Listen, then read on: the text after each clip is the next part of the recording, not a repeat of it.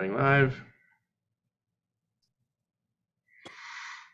You're live. All right. Welcome to Worldwide Slot Car Chat on Zoom number 176. I'm your host, Greg Gow. The gang's all here. We got Gaza and Phil and Luff and John and Jeremy and Don and Gio and Mike and Jim and Garth and Courtney and Dewan and Lenny, if that's his real name, and John and Scott and Jerry and other people.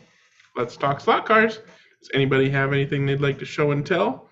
A project they're working on, or a car they just bought, or a track they're working on, or whatever you want to share. Gio's got his hand up. If you don't know how to do it, tap your screen or tap more or whatever until you get the option to raise your virtual hand. I'll make sure to call on you. Go ahead, Gio. Okay.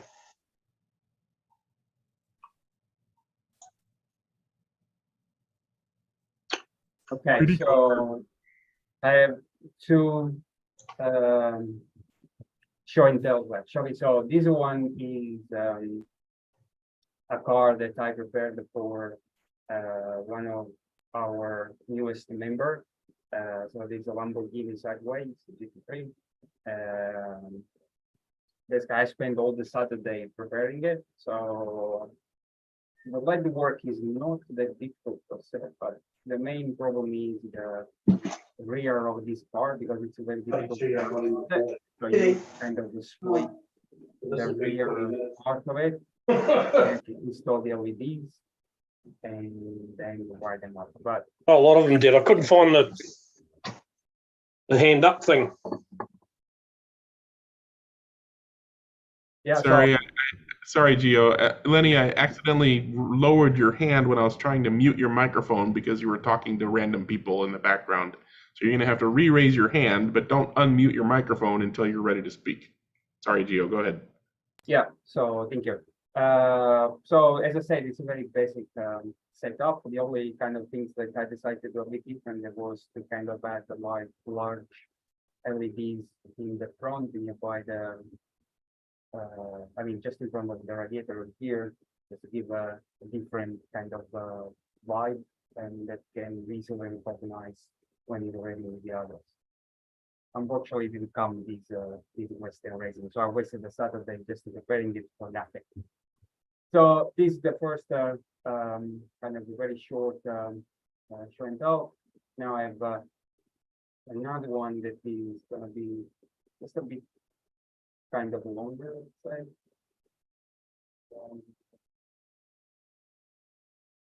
Maybe I can show you.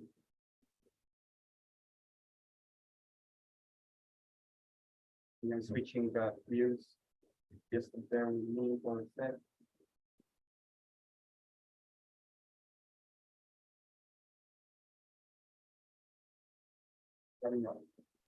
Okay, so I'm sure that you guys are aware by now, sick of it, that I've been working on this car, the 963. So I just want to give you a bit of overview of the kind of light systems that are around on the car. So there are like 4 big kind of lights for each of the elements here in the front. Then there are like 2 on the tail here. And these other views. You see one in the back. Yeah, and so then there is a large kind of light bar at the bottom of it. So I try to recreate all of it. So I'm gonna stop sharing this one. I should prepare a presentation, but I'm putting that. And then I'm gonna switch to the views of the car that I prepared. Just bear with me both sides.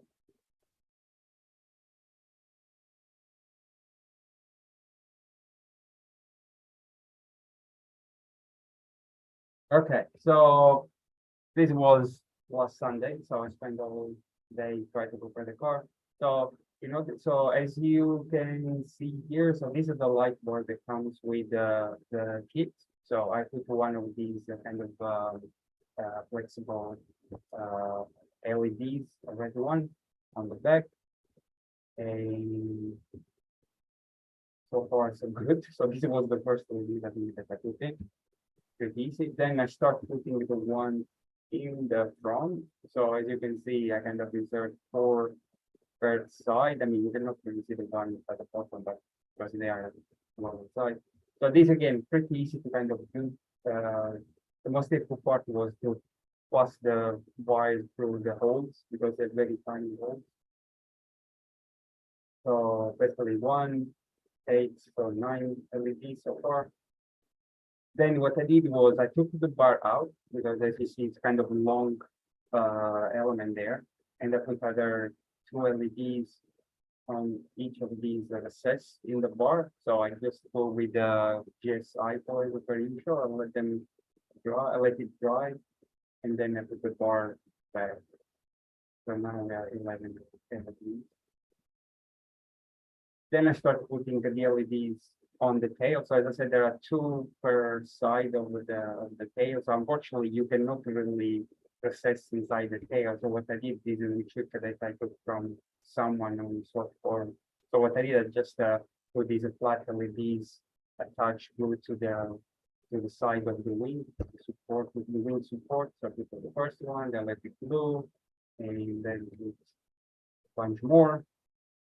Let's calm down. But as you can see, there are 2 on each side, and with the black wires going in, so they don't want the lever getting there. So then, in order to avoid that there is kind of light going everywhere, so bleed. So what I did, I used these kind of silver tape, and I kind of over the bar, so leaving just the element, I mean the visible part not over, so that should kind of reflect also the light inside and avoiding light to leave the lower plate. So this is what it looks inside after basically moving all the wires in. So I was watching, as I say, there are these green lights that I kind of realized that they were there later on.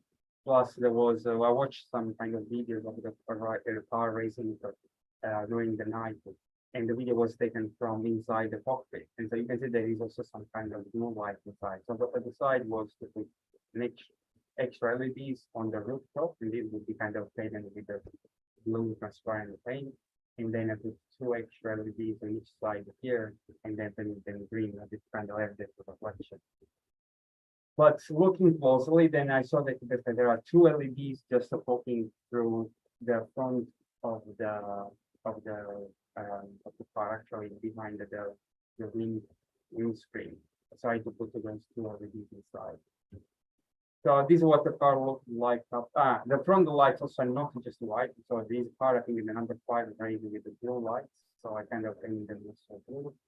And yeah, this kind of starting assembly. Now what I did was I painted the LEDs black light so that they are less visible. Of course, just the side of it, of them. And then start and basically do some testing to see whether any of the LEDs are still working, and the wire is still connected after messing around with them. So this is what kind of looks like from the back. Again, there's still quite a lot of wood. And then these night settings. So looking pretty good in terms of visibility. And then here I put the extra 2 LEDs that are literally behind the front windscreen. Kind of do those kind of I don't know if they're position lights or kind of running lights that they use for kind of indicating where the emergency kind of shuttles are. So some extra checks in order to see how the lights are kind of bleeding through the body, try to correct some of the bleeding through. One of the best pictures. And then start working on the interior. So is more or less what it looks like from the rear car or the rear picture. On the picture of the rear car, I could see they have this kind of brownish and yellow type of reflection around the driver. That's what we said with some yellow. And then painting the helmet. And then some I try to basically bring in all the wires and avoiding the spaghetti madness. So yeah, these are some details of the steering wheels. I tried also to the kind of the lights here that you have like RPM lights. The only thing is that I was thinking to try to kind of reuse some LEDs. I was not brave enough. I was too bored to do that. Maybe next project. Oh man, you didn't put LEDs in the steering wheel? Come No. on. Yeah, I know. I was thinking like to do it with like forming it with some transparent uh, plastic or whatever, and because they have like a screen here, so where they give an indication about it. I mean, they don't have like what's called a dashboard here, but they have everything on the car. Yep. I think it's correct and more time. And so Next time. or easy with the stuff with the interior store. So I'm gonna be to be very creative here how to kind of chip this part because of course there is no space in the front where I used to keep the chip. So I think the chip has to be sitting next to the motor and then with some wires. I mean putting the infrared LEDs on the wire. And then also to maybe change a bit how I'm gonna do the light. So the light, I mean the power going to be shipped to the light. Yeah, these are the car. The car looks pretty. I mean, like it's sitting on the chassis, and it's basically kind of there is none the feeling yet. But I don't have the chip installed because I ran out of chip. But this is where we are at the moment. Yeah. So yeah, I think it's gonna be another weekend before I finish because I still need to finish the front. The lenses for the front lights. I need to kind of whatever like a white stripe on the edge kind of going around them. So that's gonna be a pain in the butt to do. And I think after that, yeah, installing the chip and then I will call this done. Okay, sorry that it took so long, but it's one thing to take part of that. And that's it. As always, very impressive light work. Thank you. And looking forward to seeing that on the track. Yeah. Awesome. Well, thanks for sharing that one. And we got lots of show and tell to get through, so let's go to Mr. Weber. What you got today, John? Another update. This is exactly the opposite of what Gio just did with his lights and all that stuff. Another update on Ferrari, 1955 Ferrari 121 LM, 132nd scale. Building the chassis. Don't roll away. Okay. Anyway, I have some photos to share. Okay. So let's see if I can do that. I've done this before. This one.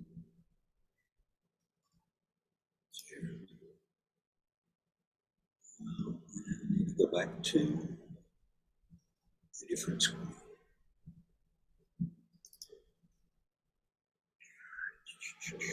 That didn't work.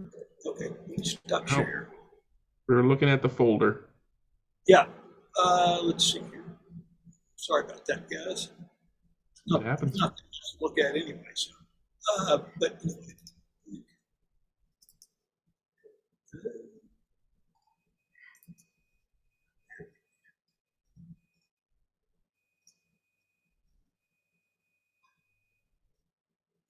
okay.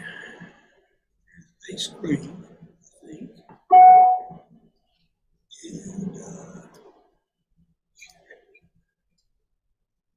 And it's not coming up, apparently. Okay, let's go back to the old way. That's better anyway for me. Anyway, made some progress, got the basic framework built and the You have to hold it up a little bit higher there, John. okay, sorry, the rear axle and the chassis framework. Trying to keep it simple and clean looking.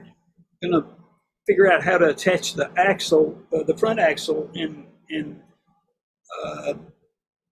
figure that relationship between the axle, the wheels, and the track surface, and of course the guide flag. Still trying to figure that stuff out. So that's where we are right now, and hopefully more progress will be made very soon. There's a pretty simple way to do that if you're worried about it. Okay, terrific. Go ahead, Dennis.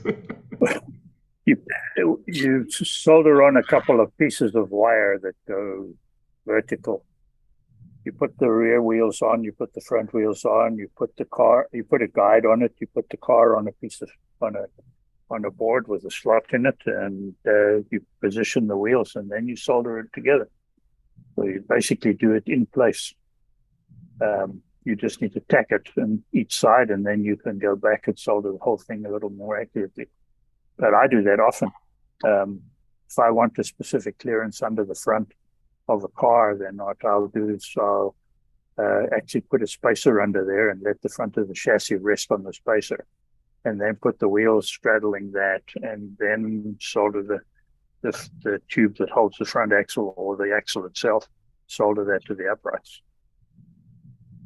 So you don't have to calculate anything. You just have to make sure that the uprights are long enough that you've got some spare wire there, and you cut it off after you're done. Sounds easy enough. We got your pictures now. Did you want to show us through the pictures? Let's see if I can figure out how to do that here. So go back to the Photos app. So there we are. Do this.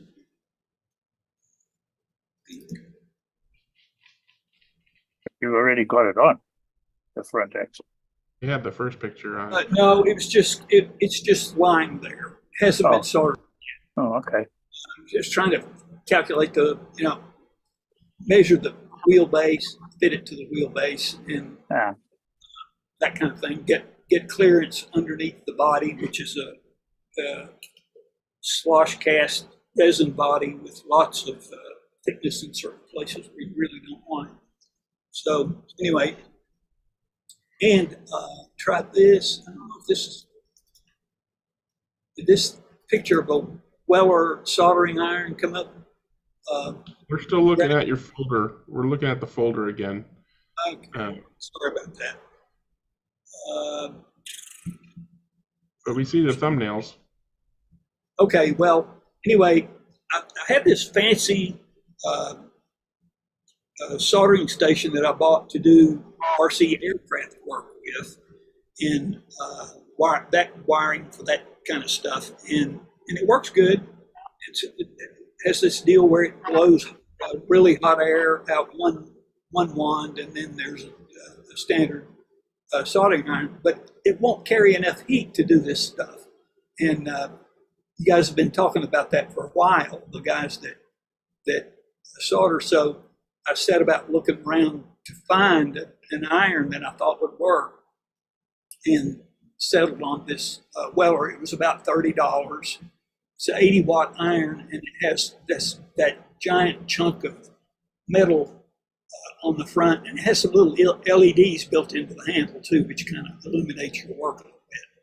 And but that big chunk of metal lets you really concentrate the heat where you need it, and it works. The other fancy workstation I had couldn't do that. It has plenty of wattage. It just can't carry the heat to the various components, large components, in order to make things come together. So anyway, I just want to point that out. So it's kind of interesting. And $30, it's pretty nice. Yeah, the only issue with it, $30 is it's going to cost you when the tips go away, because those tips don't last very long. Okay. Don't clean the tip with a wet sponge. Use the brass. Okay. Use the brass thing. Use the brass, like the brass scouring pad thing, and Right. use a little bit of sal ammoniac or one of those soldering tip cleaners and tinners. It's a much better way. Something else I had difficulty finding also was liquid plugs.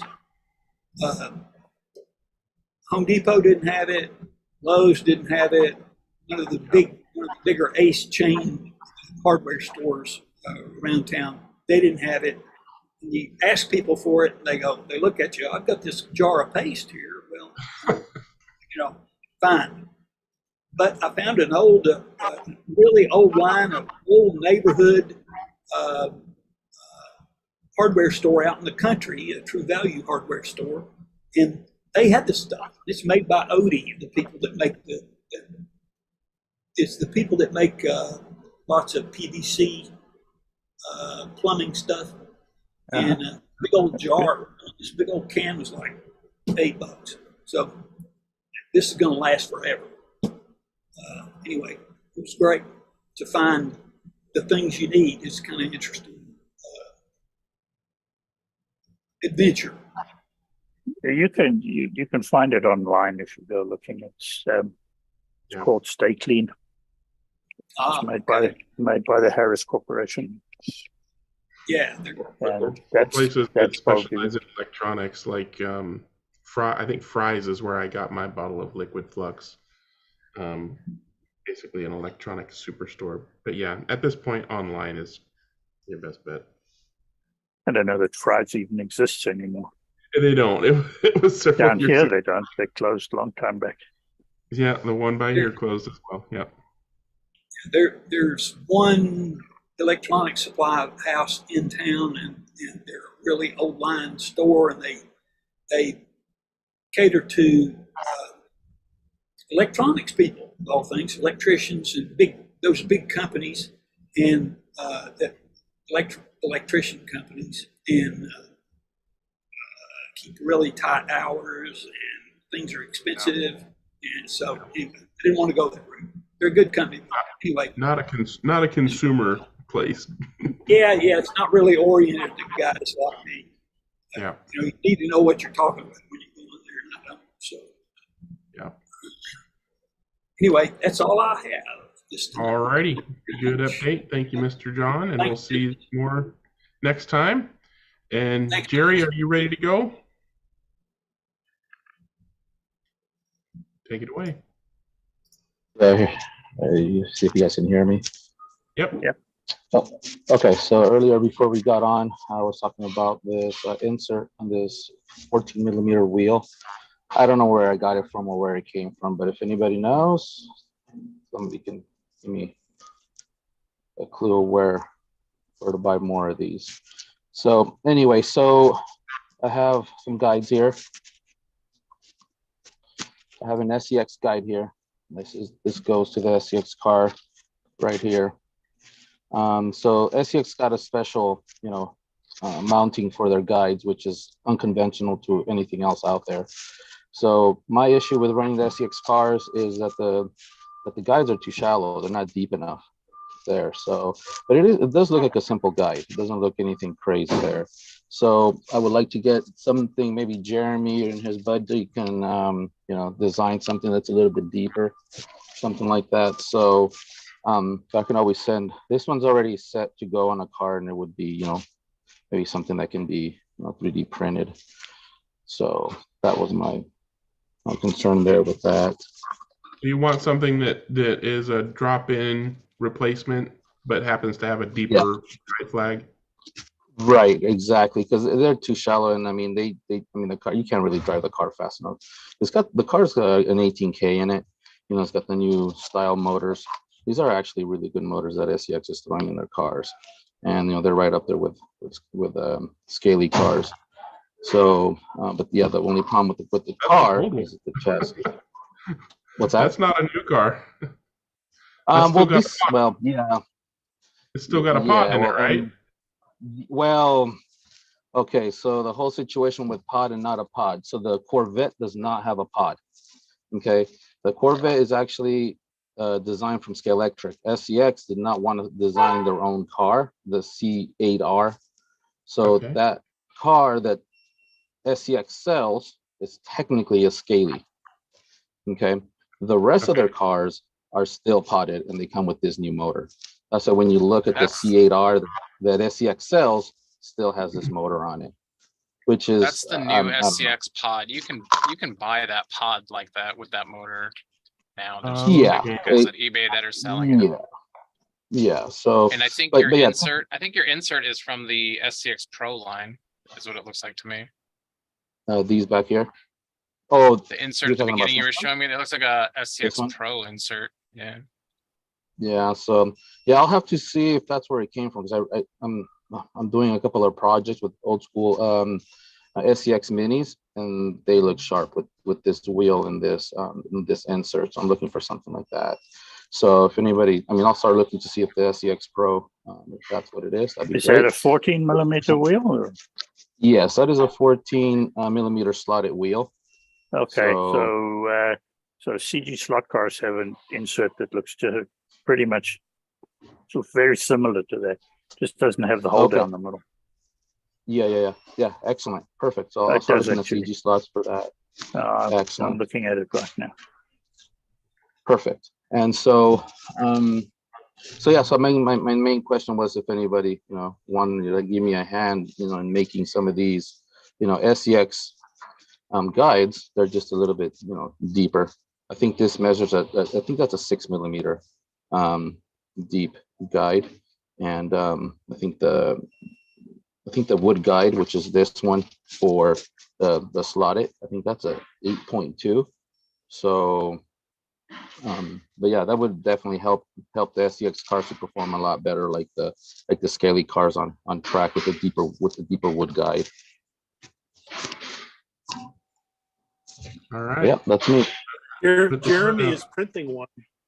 So you're gonna have to talk to Garth and see if he's got any. Garth. All right, Garth, go get an Jeremy, SCX with that guide so you can Jeremy, measure. you got one of those guides? I have got an one right SCX here. car somewhere around here. Okay, because if you Yeah, got, You so got the new one. Mike's got the so new these guides. Yeah, here. I mean, this is the guides are different from generation to generation on the SCX cars. So, but if it looks something close to this, Because those have two flats along that actually clips in to a piece that turns, so that it's right. it's So not that's a piece of that's right. So it slides in. I mean, it just slides in there and pops in. So that's it just goes in there like that. And so that's where you go. Yeah. But I think if we can find somebody to make a guide, that's just a little bit deeper, that would help those cars out so much more on the track, because I mean they pop off right off. If you run them in too deep, then they just come off, But yep.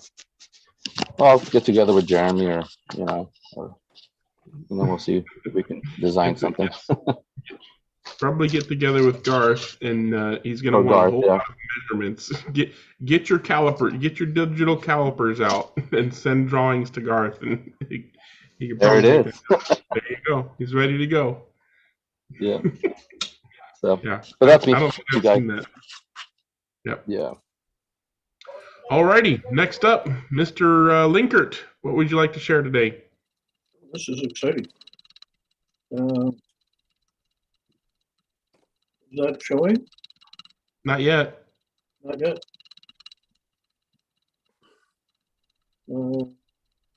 Sometimes there's one more share button to click. Gonna push that.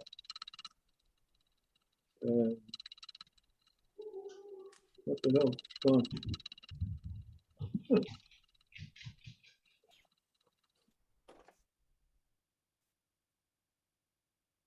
Oh.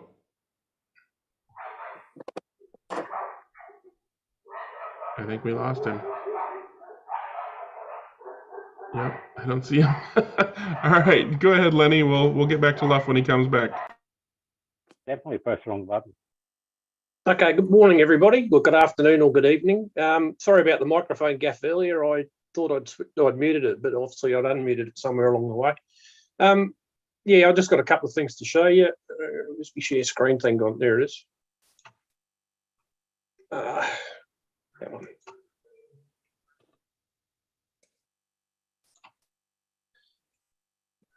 Okay, what can you see, guys? Can you see the photo of the track?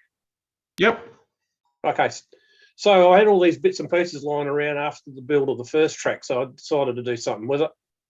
And so there's a couple of pieces there from a previously aborted project as well. So I've just got them all out, laid them in the carport, and threw them on the ground, and come up with that. So obviously a few more bits have got to be added in. And that's how I routed the curves. I used I made up a Dremel out of some 3/8 threaded bar, attached it to the router, put it in a pivot point, and around they go. And then usually what I do is I do the first one, and then I do a 3mm put the 3mm MDF in the first slot and use that as a guide for the rest of them. And that's another way of routing it if you want to do a non-linear piece. It's a piece of plastic sealer for sliding doors. Gary and all his gang used it up there in New South Wales. Well, Gary's in Perth now, but when he was in New South Wales, they used to use that, so they put me onto that. And then did it straight, so I just used a bit of aluminium channel to route the first slot, and then put the 3mm MDF in the wall, in the slot, and away I go again for the other three. That's the start of the legs. So I mark all the legs out on a board and pre-drill some holes, and then route it. I sort of semi-route it. Don't route them out completely. Then cut them off with a jigsaw to what I want. There's the finished product. So that's all 12mm MDF. So they're height adjustable. There's the complete track in the rough before I routed all of the straights. There's from I'll say the west end of the track. There's a quick tour of all the corners. So there's the start straight there. Turn one, up the uphill straight with a little kink in it. They'll line up with the other piece there, the grey piece. That's turn 2 and 3, up the hill a bit further, so a bit more alignment up to the top of the hill there. And that's coming in, and that's off camber coming down, so it's going to be interesting for the boys. Then down the hill, down into turn 5 or 6 now. Another quick alignment through there, and then back to the start-finish line. I'll just quickly go into Club Corner, if you don't mind. We're running our annual 500 lap. Well, we call it the Spitfire 500. It's actually a 60-minute race, but we call it the 500. The idea is to try and exceed 500 laps. So these things are pretty quick around my track. The fastest go around at about 5.9. The rest of us are in the 6.1, 6.2 region. So we should knock over the 500 lap barrier pretty easily this year. That's happening on October 25. So I'll come back with a report on that after the event's been held. And that's it for me. I've got to go and catch a plane now. So see you later, guys. Good day. Sorry I didn't catch your message earlier, but yeah, Nice. thanks for the show and tell, and look forward to updates on those things. Yep, I rushed through it a bit, but there you go. Good deal. Safe travels. Yeah, thank you. Bye. See ya. Bye, Alan. All right, looks like Lightning is the only one with his hand up still. Go ahead, Mr. Lightning, sir. Got a few cars in it that have arrived over the last month or so, or whatever. Don't mind me screen reader here.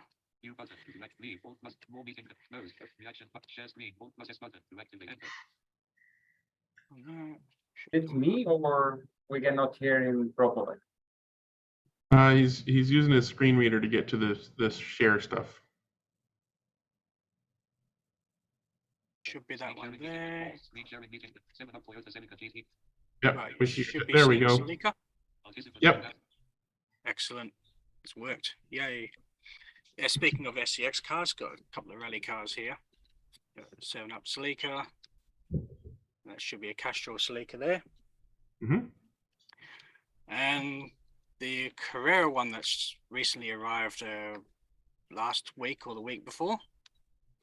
Ah, is that the track cleaner one? That's the track cleaning truck, yeah. I'm guessing I've got to make up my own little cloth or something like that to go on the back of the little device there. But It's like a slot car Zamboni. It's awesome. Interesting. Yeah. there's actually a little magnet in that device at the back there as well, which if I go to that one, it will show it sitting on the track itself. Yeah. There you go. And that Yeah, was sitting on a bit of Scalextric track, so that device is actually the whole width of that lane. Mm-hmm. Just be careful, like, because one of the guys over here got one on, used it on Carrera track, and after there's so many magnets in the truck and the brush that it started to overheat because it's really pulling a lot of magnetic drag. So just be careful when don't use it for lap after lap after lap, I guess. Oh no, I'll probably only run it for one lap, clean the cloth or change the cloth, then run it for a second lap. I'll probably only likely to do 2 laps per lane or something. But yeah, I was surprised when I put it down on the track that there was actually a little magnet in there. Clean a bit there, which is kind of cool. As opposed to weight, it would have made more sense for there to be some chunks of lead or steel, but. But you could always use it for a Germaphobes racing series. What do you think? And have the racers right behind the cleaning truck. Next one's some Scalextric cars that arrived. Should be Yes, the Batmobiles. Batmobiles. Now, I've got a question for Dewan, which is, I'm guessing he's probably likely going to know. The one that looks more like a Le Mans style car. Do you know exactly what Batman that's from? Or is It's that not just from any a made-up Batman. That's from Yeah, no they- Batman series. Yeah, they Not took from their any of them. generic LMP car, the Janetta, and slapped Batman-y looking stuff all over it to make it look like a Batmobile. It's kind of like, how do we amortize our licensing expense? Pretty much, yeah. I figured that was likely the case for that one. Because, well, I don't recognize it as any kind of Batmobile. I mean, I've never really hugely been into Batman, but I do like the Batmobiles. Called Batman Inspired. That's what It's it's Batman called. inspired. There you go. You can get a very good Robin to go in the passenger seat from I guess 132 models. It's about $15. I mean, I don't know what the postage would be, but it's I saw one in person at a show and I had to buy it. It's absolutely a perfect match. The style of it. Give me a gold card. You just got to make sure that it's not Burt Ward as he looks now, because he won't fit in the car. Yeah, no. Yeah, it's a great Robin figure. So yeah, if you want a Robin in your classic Batmobile, they're out there. Oh, yeah. Castrol van. Yep. Dodge. And there's the Herbie that Dennis did up for me. Very nice. Ah, And it's come there out you got it. fantastic. Yeah, it arrived. It actually arrived while I was away at a medieval event. So Okay. yeah, that one arrived. Good. They run okay? Can't test it yet. Oh. Yeah, unfortunately, I haven't really got anywhere to put a track up at the moment. So it's just sitting in his case at the moment with the wheels off the floor. Well, looks good though. Mm-hmm. Yeah, thanks for doing Yeah, that. who cares how they run? If they look good, that's all you need. Huh? Yeah. Exactly. Oh, Gaza's holding up. We can't see that, Gaza, because he's screen sharing, but we'll have you hold that up again later. Yep. And one that arrived this week, actually. This one. Oh yeah. Lotus. Yeah. That'd be so I funny. was Submarine version of the James Bond. Submarine is free. Yeah, isn't that like the Flotus? Yeah. I don't know why, but apparently they call that Wet Nelly. I was going to say the Sprite. And I just took a pic on the underside of it as well to show what it's like underneath. Yeah, tricycle. That would be so funny looking going around the track with no wheels, basically. Hardly even a tricycle because it only has 2 wheels. Yeah. It would be awesome if this car like handled better than any Scalextric car ever. Yeah. And people started Like buying the them to Delta race Wing? them. That would be the greatest. I know it doesn't, but that'd be the It's greatest just thing it's a ever. good looking Robin Reliant, isn't it? Yeah. And that was my thought. It'll probably run the same as the Reliant Regals. The guide. Probably. It's probably gonna run about the same as that van you just showed. I don't know. It's lower, so maybe. It's actually quite low. It's really low on the track, so it might Yeah. actually be a pretty good runner. I rock submarines. Yeah. Go. The only thing is those cars aren't DPR. You'd have to chip them with the old style chips. Yeah, or run them analog. I'm wondering whether they would actually be able to get by each other if they're running on Scalextric track, because they look to be pretty wide across the outside of those fins. Yeah, I don't know. not too The bad. There is wheels a are- little bit of a space between the fins and the edge of the track, so you should be Yeah, able the to get two wheels are side by super side. narrow, so I can see how the total width would still be just within half of a Scalextric. Trying to Barely. figure out some John Kitt-like joke regarding submarine races. No, you cannot match a John Kitt joke unless you're John Kitt. Over to my first slotted cars. Really? Yeah, Wow. they're my first slotted ones. I guess they hit they hit whatever buttons needed to be hit for you to buy those, right? Pretty much, because Bathurst winners 91 and 92. And then after 92, the touring car things decided to change a few rules, so those Skylines could not run from 93 onwards. Yeah, if it goes too fast, ban it. Pretty much, yeah. Is the Bathurst 1000 always held at Mount Panorama? Or, Yes. Yeah. Okay. I didn't know From that. 1963 onwards, yeah. What a great track. Man, that track is. It's on Sunday week, October the 8th. Only Yes, goes for 6.5 hours, 7 hours, so yeah. Couple of Bathurst heavies. has actually had a slight change over the years as well. Well, in 87 technically. That the back straight used to be straight, and then they went through and put what they call the chase in 87. Yeah, to slow it down. Yeah. Can't just Still let the pushing car go 300 fast. down the straight. I mean, it's race cars. It's unsafe by its nature. Yeah. I put the Anywho. kink in there because they had to slow the straight down because it was so long, and they were just running out of brakes. But they brakes have now modified, and their technology's caught up with it. So, yeah. Anyway. And when I go through and hopefully be able to do up a Bathurst track, I'm kind of pondering which version I do, whether I do the version before 87 or the current. For slot cars, before 87. Yeah, I was kind of thinking that, maybe. All right. Anything else, Lightning? That's pretty much it for now. All righty. I'll go ahead and stop your share for you. Cheers. And Luff, are you ready to try again? Yeah, I got excited there. Go ahead. Nothing to do with the scotch. Is that working? It's coming.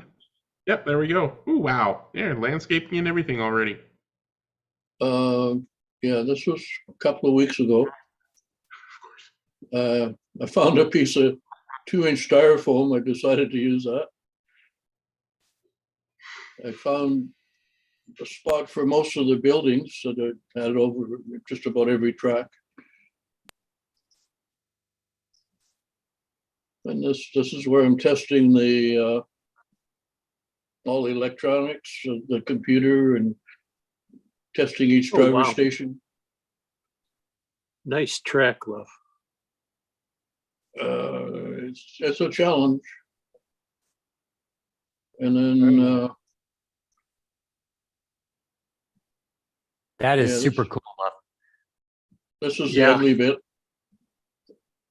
The straightaway is because with the bracket racing, if you break out, it cuts your power right there, and you need room to coast to a stop. So that's the only reason I got a straightaway.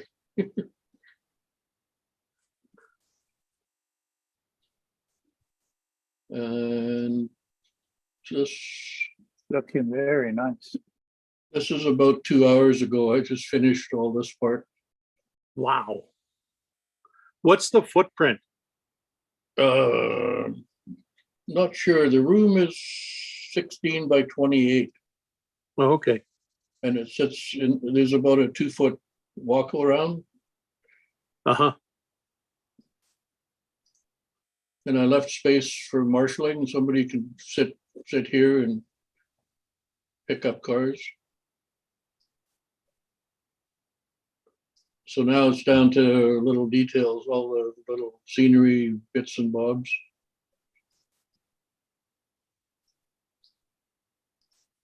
So that's the track from where the driver sits.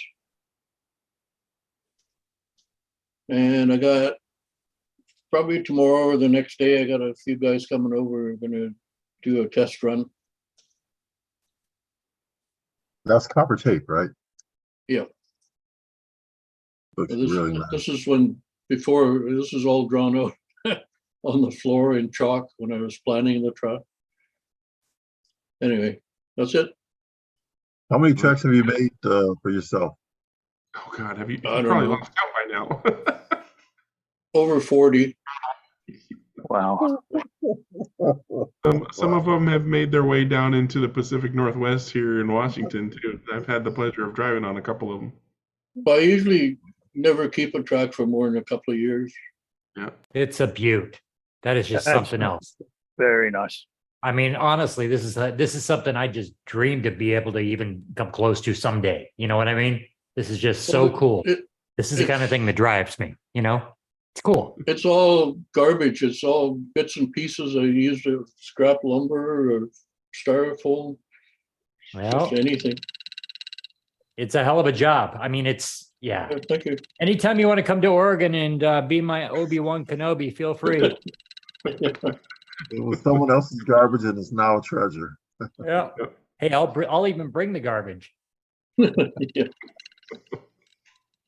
Am I out? Yep, you're all done. Thank you very much for sharing, sir. Thank you. And it looks like Nate has come to join us again and wants to do a show and tell. Go ahead, Nate. I just wanted to say hello.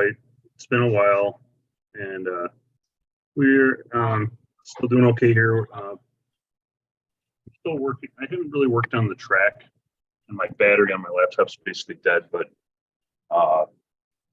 it's probably got a couple pieces cut out since I last showed it off, but not really a whole lot because basically all my time, energy, finances are going into my garage right now. I'm almost finished insulating and hanging walls and getting my workshop set up out there. I got a whole bay and a half dedicated to that area, so I'll be able to actually finish the track with the table saw and other tools that pretty much are required to be able to do that. So that'll be nice. And it's got a heater, 6,000 BTU heater installed out there too now.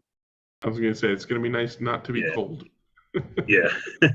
I'm waiting on the doors and window to get installed soon and get the last wall up, and then should be good to pretty much get started this winter again on the track. Yeah. All right. Well, thanks for joining us. Yeah. And it looks like Mr. Kit has something he wants to share. Go ahead, John. I do, and this is for Lightning. I just thought I would share something for him to sort of keep it in keeping with one of his recent purchases. Screenshot from the movie. Actually, I think it's a screenshot of them while they were making the movie.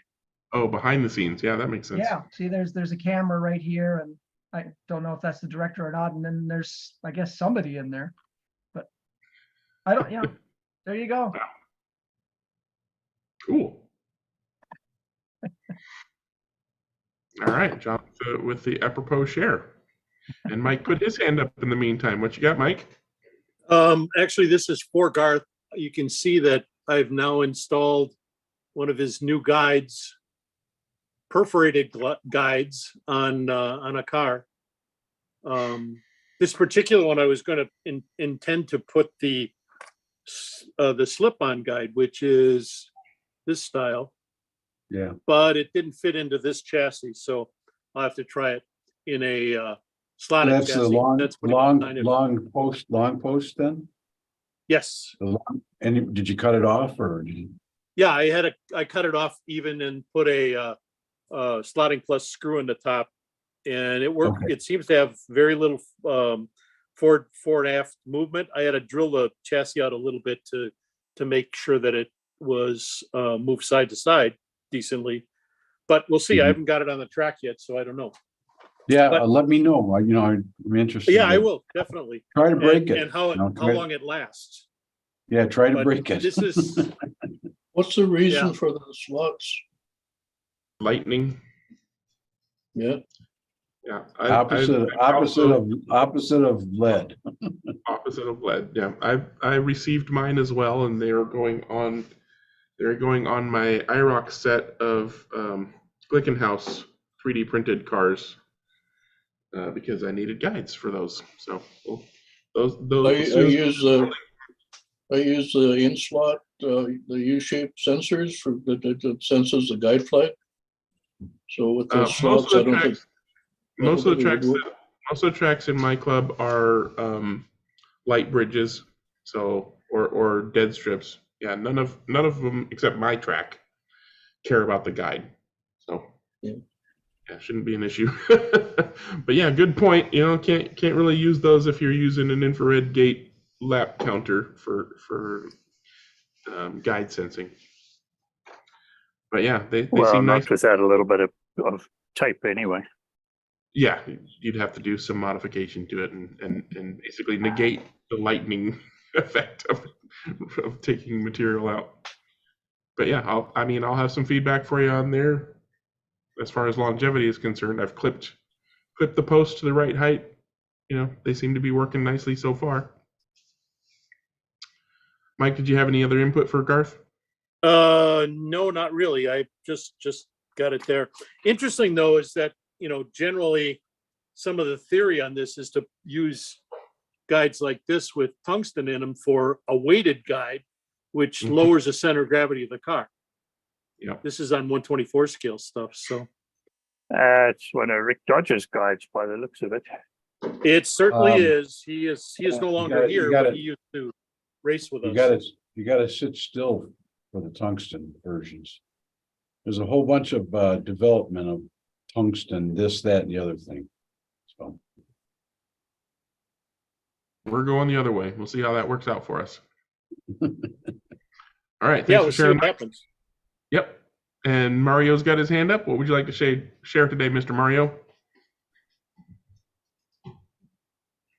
Hello. I wanted to share my Corvette Grand Sport that I took and modified. nice. See that. That is cool. Nice color on that. Really nice color. Great looking finish. I might even allow that one on my track. Yeah, This is a no Corvettes allowed space. I don't think you're actually able to put that on my track. It would be a crime. This was quite a project. It took me quite some time to, obviously, if any of you have this car, you know that the chassis for this particular car, it's a front drive motor. And that's the monogram one, right? The Revell monogram originally. Yeah. So I took it and put the Oliver chassis in it and put a 20K motor in there. And it runs very nice now. And it's really actually pretty nice and smooth. So I'm quite happy with it. My next one I'm going to do is the Shelby Cobra is going to be the next one I'm going to work on and try to have that done maybe in the next week or two.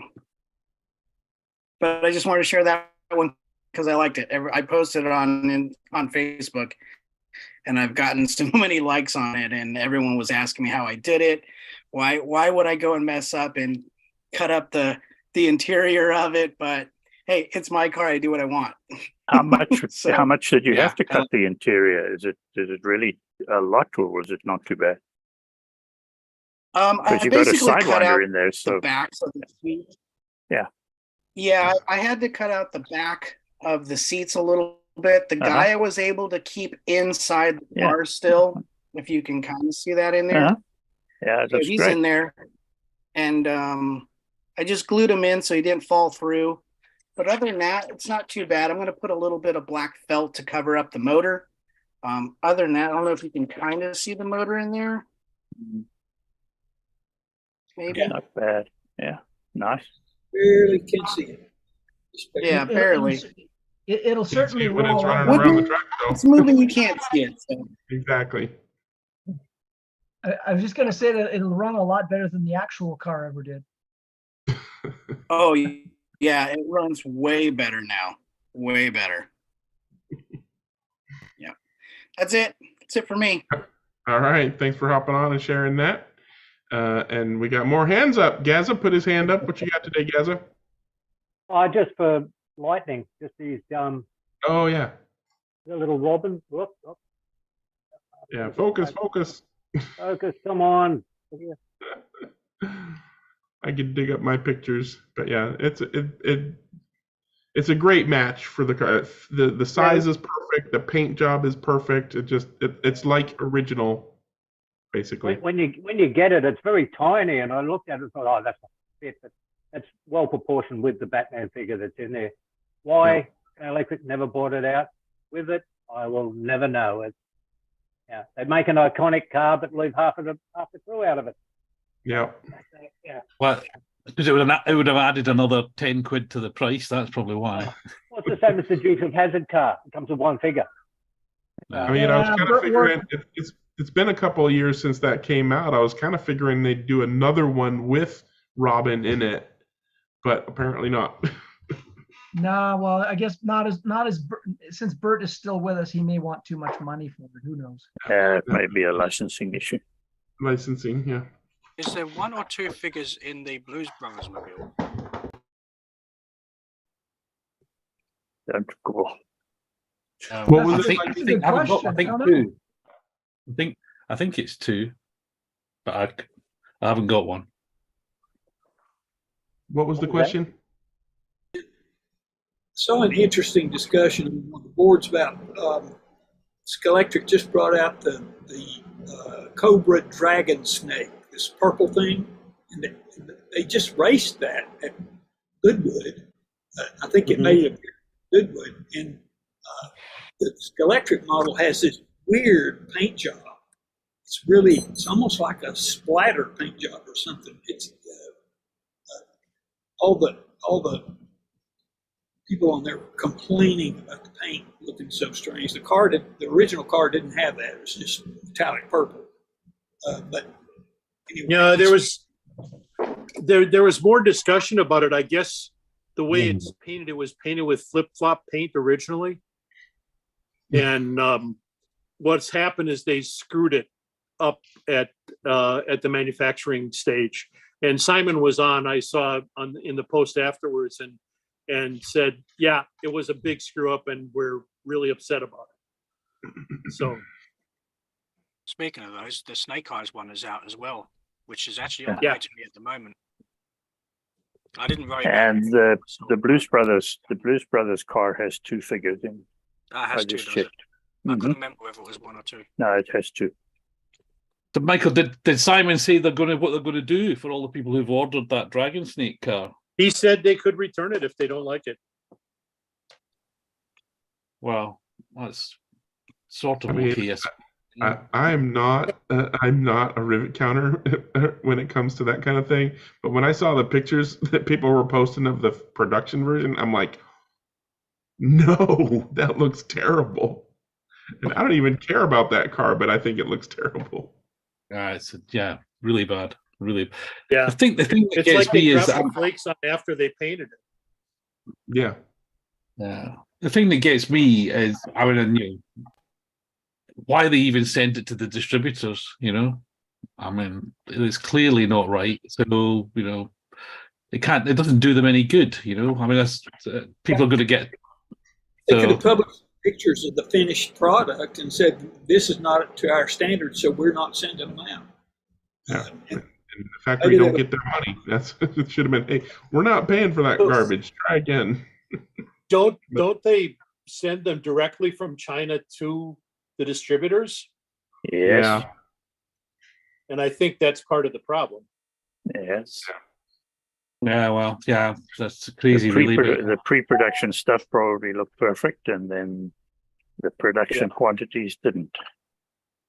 yeah, I held the pre-production can in my hand at Gaydon back in May. It's lovely. Yeah. And it was, you know, metallic paint finishes. You know, scaling it down is not easy. No. And it was a nice finish on the pre-production car. They always are. It's funny though. I mean, I do feel for them down there because, you know, in the 1 week, so that new Subaru looks lovely. I recently got the Escort Cosworth. Paint for the finish on that is lovely, and yet the Cobra comes out and it's, you know, that paint or the screen's too big. There's no sort of consistency really. So there was one model's great, the next model's got something dramatically wrong with it. So somewhere along the line, the processes are just not working, are they? I think what happens too is that very often the companies in China have multiple teams that work on these things. And so you don't always know that you're getting the same team working on one car that you got working on the last car. And so things change a little bit. I think that's part of why Carrera have different wheels on every damn car, you know. Oh, jeez. Don't get me started. I hope the Sneeko one comes out good though, because that's the one I've ordered.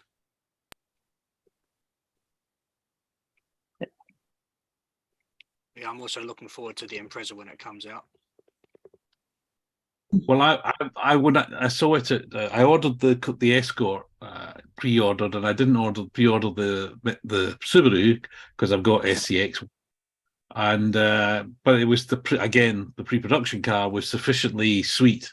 You know, you just sometimes you see them in the plastic, you think that's lovely, it just feels right. So, but I'm resisting so far. But we've got a big swap meet on Sunday, so my willpower will be tested when I see them in see them in the flesh. But I have to say the Escort's great. The only flaw I can find on that, and I didn't realize this because I'm not that much of an Escort geek, but they've got the lower part of the front bumper, so the spoiler has the right shapes but the wrong proportions, and it sort of bamboozles me how it can be right but wrong, you know, because you would think someone's obviously researched it to get the right shapes, and they're quite intricate shapes, but they've managed to get them, you know, the wrong proportion. But otherwise, it's great. It goes really nicely. So I presume the Impreza will be just as nice a nicer runner. Yeah, I'm waiting for the Escort to come in as well. That's the other one I pre-ordered. Is Carlos Sainz's one.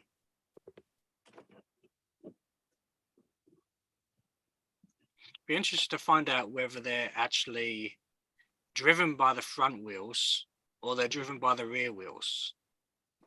Because the 2006 or 2007 Impreza that came out a while ago was driven by the front wheels, but the belt was going to the back wheels. So it was a four-wheel drive, but the motor was powering the front wheels.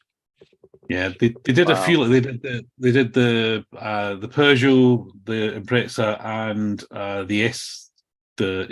the Focus had that front motor with rear belt drive. The Impreza works better than the others in my experience, but no, the new Escort has got rear motor belt to the front.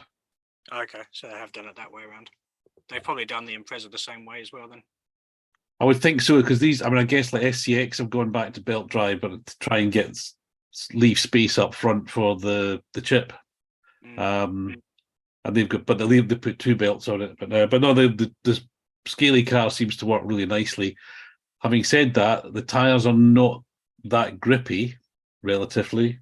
So how much effect the front is having, I don't know. And those belts, I mean, I've some of the older ones I've got, the Peugeot, the 30, what was it, 307, the front motored one with the belt drive. When you floor it, you can, it sort of moves off quite smoothly because the belt's slipping, because I put new tires on it, so it's got more grip to the ground than the belt's got to the axle. So it's like some sort of slush box that's like this. Almost impossible to get the tail end to slide out.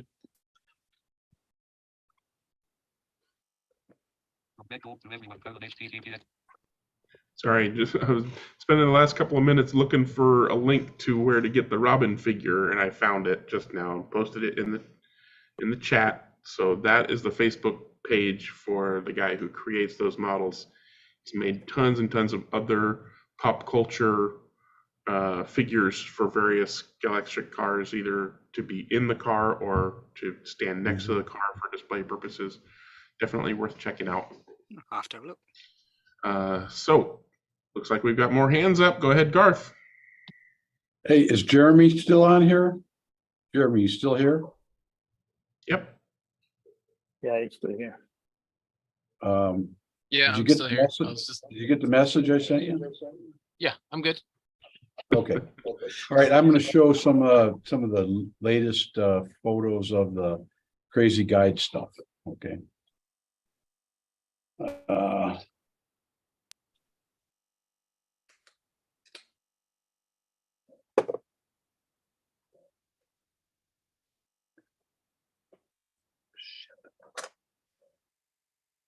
Okay, you guys see that okay? Okay, this is 3 photos that I sent that I had on last week of the 2 guides that have been printed so far in SLS nylon. That's okay. And then here's a couple of examples with this is the Scalextric, or not the Scale Auto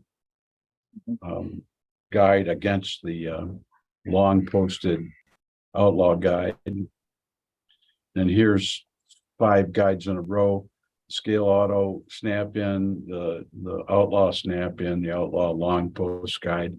This is a slot.it wood track guide, and that's a slot.it normal guide. Same photo here, different versions. You kind of see the difference between them. Here they all are in a row here. And I think based on this photo and what I'm seeing is that the Outlaw guides width is very similar to the slot.it stuff, and it's not as wide as the Scale Auto. Okay, so I must have thought that Scale Auto was a little too wide. So okay, there's another shot from the side, comparing them, what they look like from the side. That's a top view of the Scale Auto, top view of the Outlaw guide, the snap-in Outlaw guide. This is the top view of the slot.it guide and the slot.it normal guide. Okay, and here is this is Jeremy's Pioneer guide. Okay, and it's modeled after the Outlaw guide with some exceptions. Okay, go to the next photo here. First exception is it's got a wider blade on it. Okay, the Outlaw blade is 1.5 millimeters. This is 1.8 millimeters. Okay, and also this. Has anybody got a question? No, I was just saying good. Good. Good. If the wider the better. I was like, I like them wide. All right. Yep.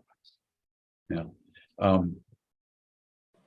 And the other change on this guide was this whole area where the braid slots are got changed around quite a bit. We had to change the top and the bottom to make room for it to fit into the Pioneer properly.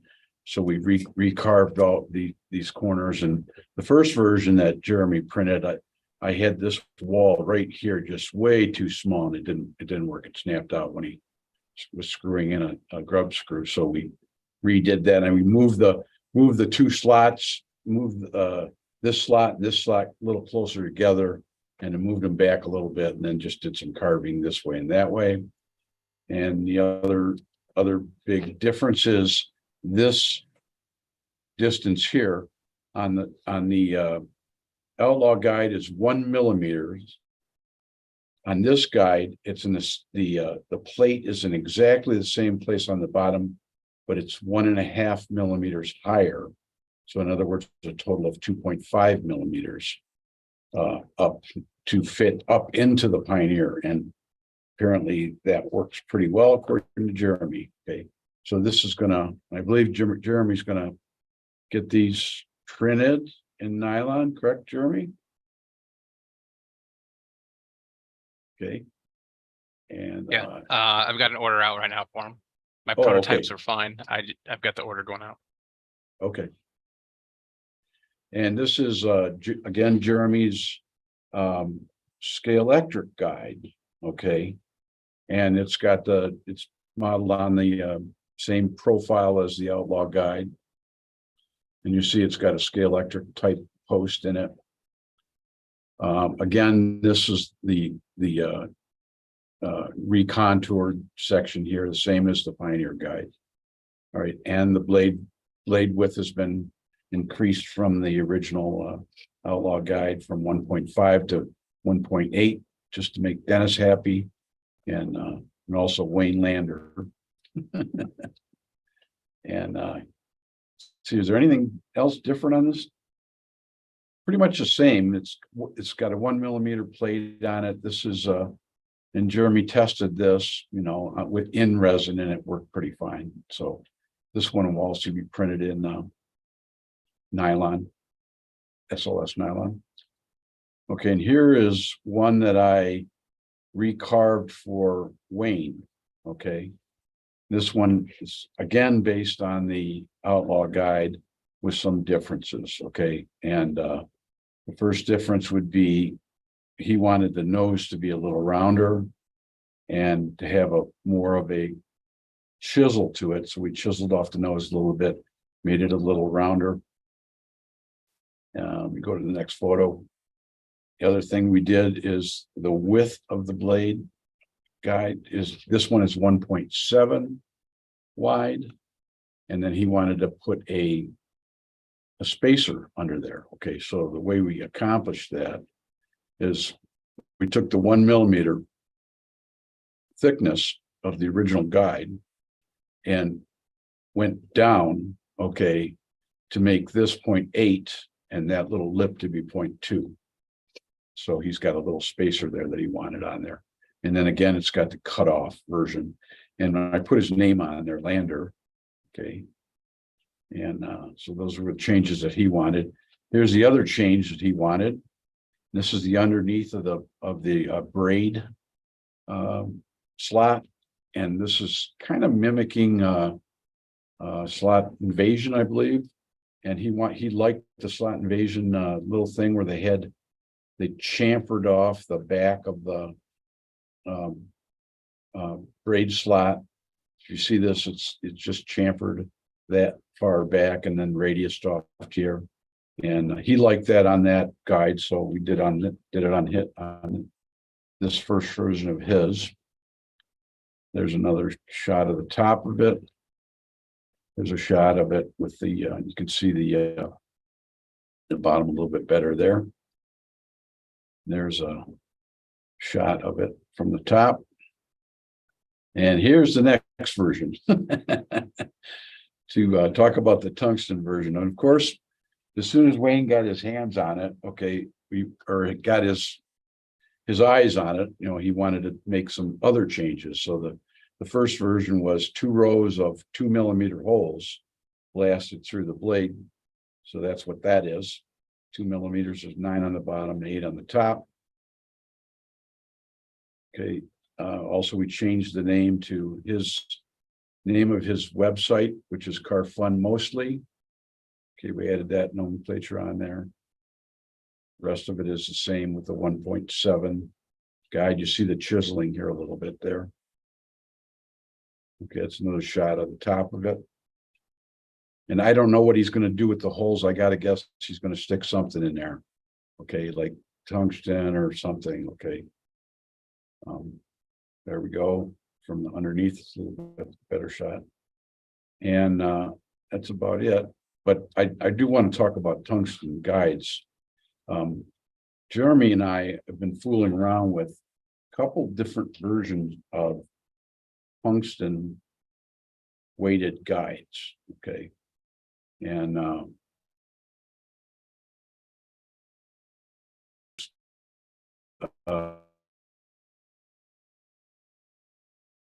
resin is going to be strong enough for a blade guide at this point. Okay.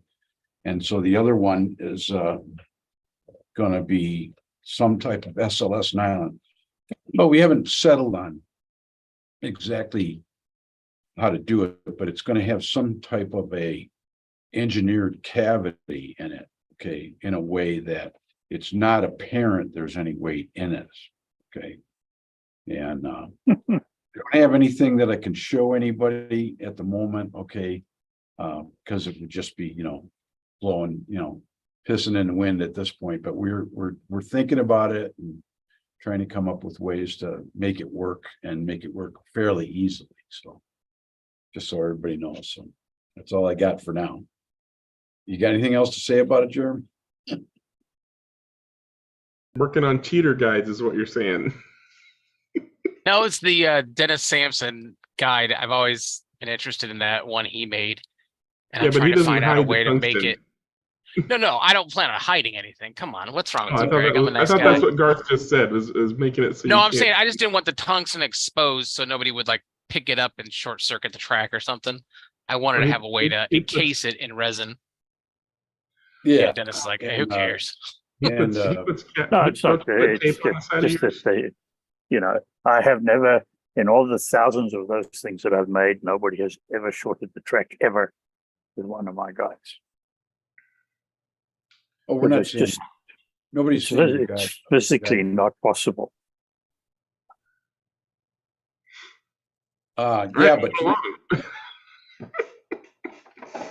Listen, if you've got tungsten guides, I'm ready for some. Okay, get your checkbook out, buddy. There you go. R&D costs money. There you go. All right, Dennis, what would you like to share? Today, just a little bit of work that I'm busy with for myself. If you want to highlight that, having just finished off a whole lot of cars for other people, I got onto this. It's a George Turner kit that I've had lying around here for ages, and finally decided that I'm going to start building this. So started because I felt like painting, started by painting the body, and now I'm going to start building the chassis. But it's, as you can see, Alfa Romeo T33 Periscopica from what was that, 1967 or somewhere around there. To my mind, it's just a very, very pretty little car. And it's a George Turner resin, which means that it's absolutely beautiful in its detail, and it's not overly heavy. It's not overly, because there's not a lot of muck inside. The only place that there was any excess weight was inside the periscope itself, which I hollowed out before I glued it on. And so that's what I'm up to. But I just think it's a very pretty car, and so and it's going to get a brass chassis underneath it. I've actually held on to one of the serial numbers because I serialize all the chassis that I build, and I skipped a number because I like to keep the even 100 numbers for myself. So I've just finished building chassis number 901 and 902 for a customer in Portugal. And now I'm going back to build chassis number 900, which are going to be for this car. Well, for 20 bucks? It's going for $20. No, the 20 that 20 that's there. No, that 20 that's there and the 10 that's underneath it was for a painting job I've just done for a customer who came to fetch it while we were on the call. Nice. All right, beautiful work as always. Thank you. And Jim, are you ready to start some Club Corner, or did you have a show and tell? No, I was just going to ask. Yeah, I'm ready for Club Corner, if that's okay. Yeah, we got. Yeah, we're ready to do something other than show and tell. Go ahead, Jim. Okie dokie. Let me find it here. So last week, I talked about a Tuesday night race we had. So not having enough slot car racing after that Tuesday night race, which I told you guys about last week, we had two races on this past weekend. So the first race was at Glen Canyon Raceway. And you can see the track there. We ran 4 classes. We added a 5th class afterwards because we didn't have enough. And there's the track. It's a fairly small track. I think it's about, it's a single bay garage size track, and it's actually on a trailer. Dennis may know it used to belong to Chris Crofts. And so it now resides in Scotts Valley, California, down by Santa Cruz. And there's our group. We had 12 people there, 12 people or 11 people racing. 12 people there. Jerry's in there. He's on the call, I think. And so we had a great time. We ran 4 classes, Scalextric's Carrera GT3 together, Group 5, Classic Le Mans, and Can-Am. Here's the GT3 grid, non-potted GT3 grid. And Gary, the track owner, is hard to beat on his own track. And he had a McLaren that was extremely fast. He put about 6 laps on everybody, I think. I ran one of his other cars. He had like 6 rent-a-cars in this race. So he supplies cars for a lot of people that don't have some of these other classes. The Racer Sideways Group 5, BMWs, Capris, Toyotas, the normal stuff there. And I happened to come out on top of this. I finally beat Gary at his home track. He was running the Toyota, and Cedric, a lot of you know Cedric, he was running another rent-a-racer from Gary, the Capri. 3rd class was Classic Le Mans. And I built a new car for this class, and you can see it there in the front. You may have seen it before. It's the Ford P68 in classic British racing lime green. That's the color I'm sticking to. That's what I'm calling it, and that's what I'm sticking to. Your story, and you're stuck with it. Yeah, hard to beat the 908s, the little short cars, the P68 with a long tail and everything else. I was close. I got a podium, but I wasn't able to run with the 908. So I had a lot of fun with it, though. Jim, the Can-Am class. I was just going to say that color green usually goes with a gin drink, by the way, just so you know. Okay. Jim, what's Can-Am the class? motor limit on the classics there over at Gary's house? Classics is 21.5. Well, actually, the classics are the stock motor that came in the car. So if you're running a Thunder Slot, you run the Thunder Slot motor. Slot it, you run the 23. The NSR, you run the 21.5. So stock motor, stock gears. Okay. Can-Am, we just started running Can-Am again. And I built another car. You see, we had a Shadow there. So one Shadow, a bunch of Thunder Slot cars, obviously, some Porsches as well. Very happy with this car. I built a brand new car for this. This is the new livery, Peter Revson livery. And it came out really, really good. I've got a video coming up on it tomorrow on the build, but it's got the new 25K Predator ball bearing, pretty much a normal build other than that. And it ran really good and happened to get the victory. So I was really happy with that car. What tires? We didn't have enough, so we went to Motown Raceway the next day. I'm sorry, I didn't hear you. What tires were those, Jim? Those are G25 slotted. Okay, thank you. And on the Thunder Slot wheels, on the stock Thunder Slot wheels. Yeah. How does that new Predator 25 compare to the NSR 25? I haven't run an NSR 25 in a long time, but this new Predator with the ball bearings just has snap off the corners. It's really good. So it's going to be in my Can-Am cars or cars that allow the 25K motor up in our area, Mario. So I like the motor a lot. It's really good. Okay. I might get one and try it The out. next day we ran at Motown Raceway, the commercial track, and we ran 4 classes. There's our slotted GT3 group. Dennis may remember this track. This is the Yellow Dragon, the Corkscrew. that used to be in Uncle Southern Cal's. California. At Uncle Cal's. We were happy last week, and I talked about we had a visitor from from Victoria, BC. He no longer has the long distance award. Gentleman in the red NSR shirt is Roger. He's a friend of Mark Perkins, also known as Asian Bayesian, and he came in from Barbados to race with us. So we've had all kinds of people visit us in Northern California in the last couple of races. Here's the results for the slotted Group C. We had a good crowd there. We had 14 people.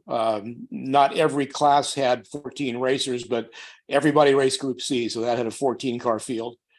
The F1 class, after I won the Group C race. After that, Ted just took over and said, nobody's winning anything else but me. So Ted won the F1. He won the GT3. GT3 is open pretty much for us.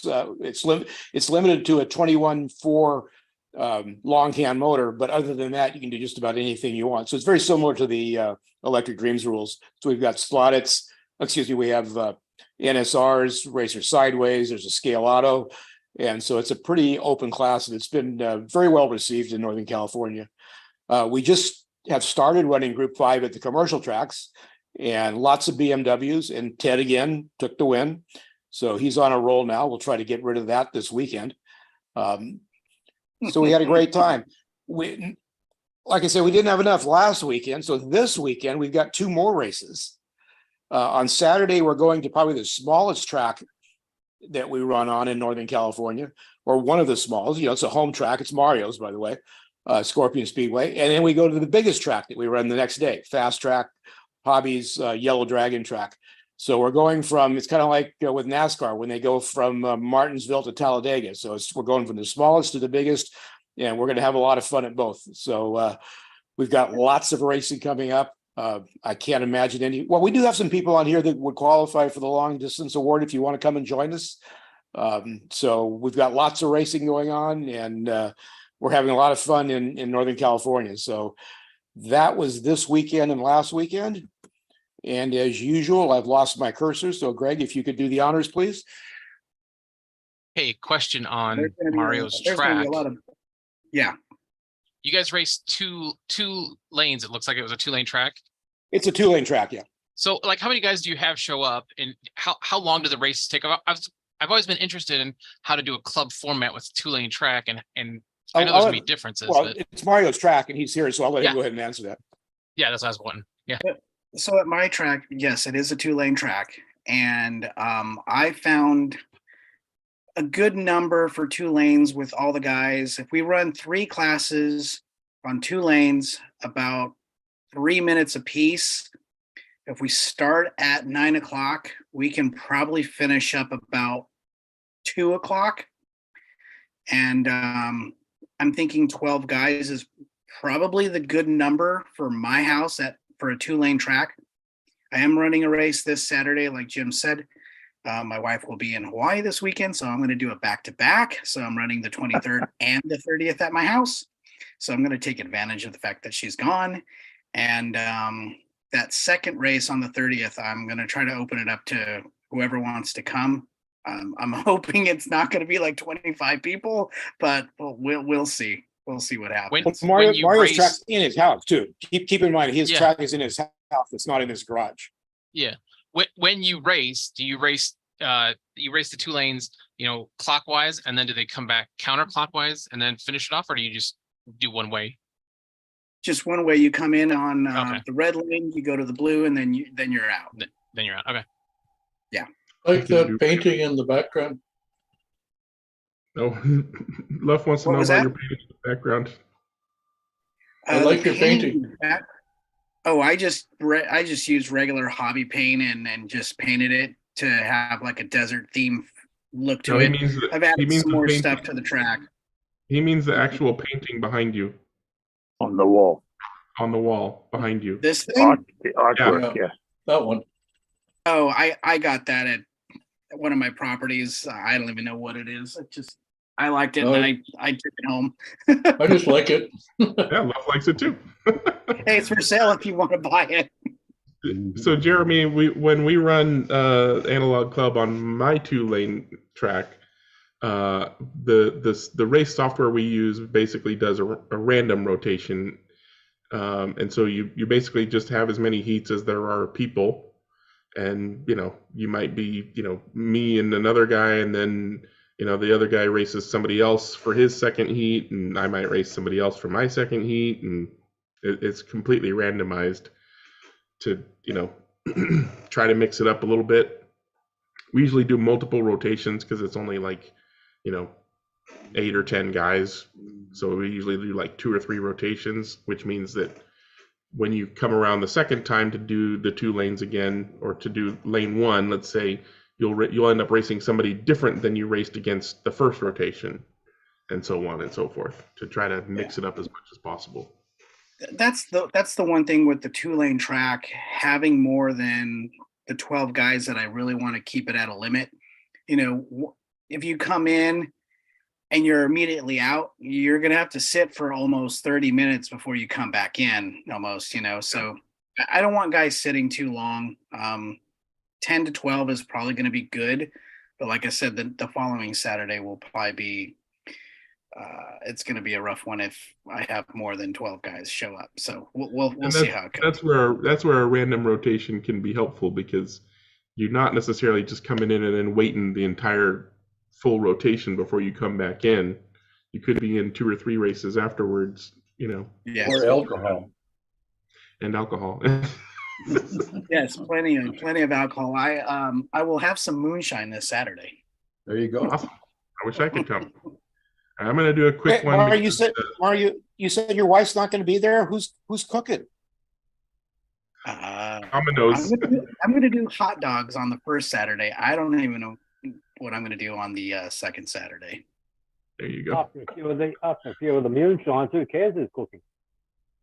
All right, we're running. The time is running a little bit faster than we normally do, so I'm going to get this in. Alan finally posted more details about the BRM Festival 24-hour race in November 9th through 12th. He's got the information about how the 24-hour race will be conducted, how the sprints will be conducted, what cars will be running in the sprints. It looks like he's going to do sprints of the BRM mini cars, the BRM GT cars, and the RevoSlot GT. And then the 24 hours will be GT40s. The 24 hours is his normal way of doing a 24 hours is your team entry fee pays for the car and your spares. So you're not going to be bringing some car that you've spent months working on. You're going to be coming and you're going to get your car and the spares, and you do with it as you can on the spot. I didn't read all the rules yet. The sprints are basically, I think I saw a number in here earlier that it said $15 per person per sprint race. So that's definitely not paying for a car. So you're probably going to be bringing whatever your own car is for the sprint races. Yeah. But yeah, I put the link in the chat and I'll put it in the video description. So if you're interested in being in the Pacific Northwest in the early November, or you want to do some BRM RevoSlot racing on some nice big wood tracks, hit that link and come over and have some racing. Alrighty, that out of the way. Go ahead, Mr. Dewan. Oh, okay.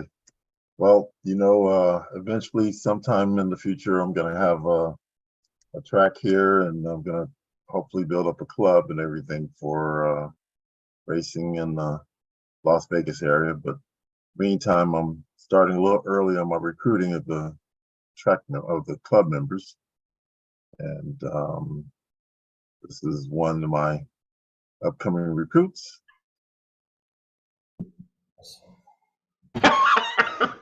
Starting super early. 18 months old. Oh, nice.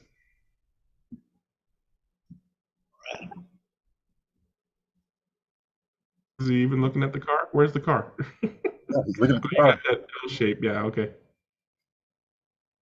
There we go.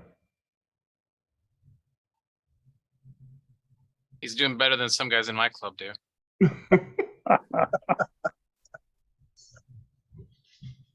People are interested in the change hour.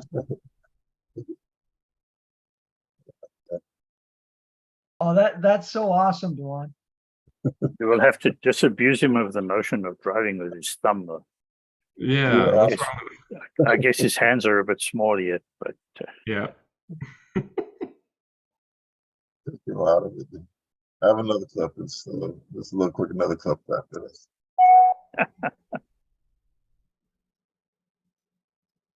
catch him young and train him. That's the way to do it. Now I want to drive that one. There you go. Red one's fast. Oh, he likes the other one.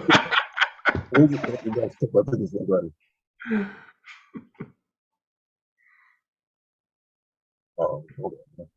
No, he's done. Yay! All right, I'm done. That's so cute. All right. Very cute. All right, our daily dose of aww. All right, thanks, Doan. And yeah, looks like Gio's the only one left with a hand up. Go ahead, Gio.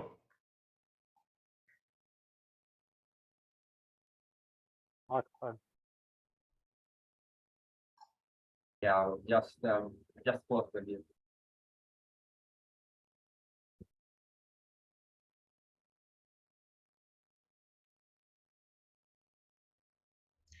Well, there we go. Cool. Okay, so 5 people last night. So I was expecting James to come along. So it's a Lamborghini sitting there on the side, so I could not make it. So let's say that we were most veterans. So I was expecting to break the 120 laps. So I set that as a goal during the race. We didn't succeed all the time. Let's put it that way. So the truck actually had a bit of extra grip because I tested during the weekend the Scalextric trucks, and I put some MSR glue on the tires, and they grip very well, but they left the glue on the truck, so the grip was really out of the wood, so it was really extremely grippy, no sliding. So some people find it very, very deep, but the timing, the laps basically kind of improved quite a lot. And I can show you what. So these are the 5 of us, basically the usual 5, I would say. So Terry is actually missing in action here because he's traveling in Europe for a month. So just 5 of us. So this was a lineup for practice, and we did our practice session, 5 minutes. I mean, just checking cars, tires, and whatnot, and then we qualify. So qualify session was not what I hoped for.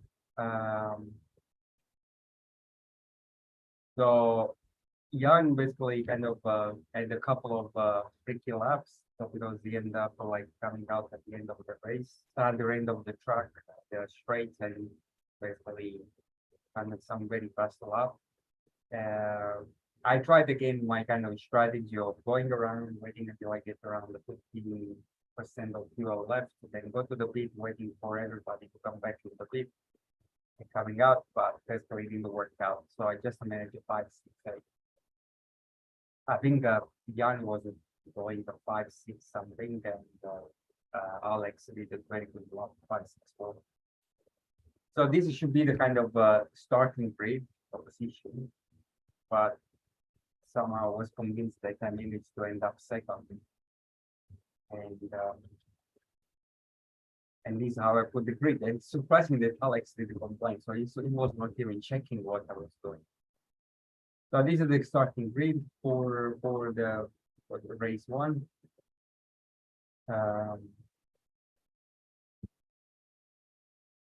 So the results basically, I managed kind of to finishing first. So my starting was pretty good. Halfway through the race, still kind of 0 damage points, so I was pretty happy with that. Jan was just a 65 red line, was kind of behind, having a bit more damage points or ops than me. But then the second part of the race, kind of a bit lost it. So I managed to lose 4 damage points in 5 minutes, I think. So what happens is that when I went back for my last pit stop, I had like one damage point left, and I just didn't repair, went off with that and tried to stay on as much as possible. I managed to do that. The crash it for 4 minutes, and so I managed to kind of win the race. Alex still not super happy with this car, and Combi managed to kind of win. I think it was just one of the last laps that Alex came off, was out of damage points, and Combi managed to take over. So we move to race 2. So this is the grid, and again, the race was not too bad. The car, again, there was a lot of grip on the track, so which means that I had any minimal mistakes, so there wasn't no sliding, you kind of come off. So you have to be careful with the accelerations. I didn't repair again, and kind of managed to stay in front for most of the race. The others with a bit more damage points. Then, so this time we managed to go over the 120 laps in 14 minutes, which was good. And then we went to semi-dark conditions. And so this race, I really did everything according to the books, but still bloody young and managed to finish in front of it. There was no chance. I mean, I was, first part of the race, we were really close. Then after the first pit stop, when we did the pit, couple of crashes, so it's a pit stop where kind of basically didn't lose any time. And in my case, instead, I didn't have any more coming up. So very fast laps as well. So managed a 5.53, so which really cheap. I just came up once, but still was not enough to catch up on that. So, and actually also did quite good with the number of laps. Actually should be under 25 because it was one lap ahead of me. But the software didn't register the last lap. So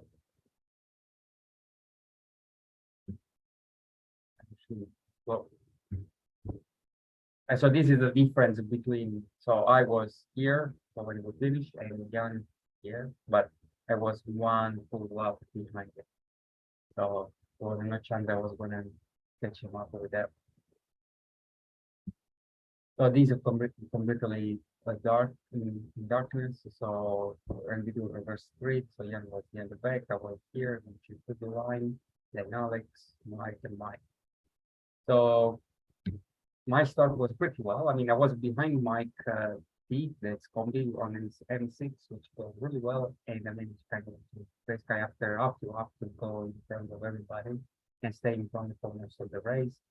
Again, very good race, only one off. But I didn't manage to do like a very fast lap of 5 something. It still was the car was pretty okay. Jan was less kind of consistent, so the 11 is off, and these are 4-1 is again a pretty laps, some discounted for laps. And then the rest is by Alex, Combi, and A racing. So overall, I think the grip level of the track is really good. With a bit of fluid, and all in the tires doesn't make really kind of provide so much benefit, or it's a detriment that but I still use a bit of oil and cleaning the tire with some easy sub tire with fuel light between each rating with everything hanging kind of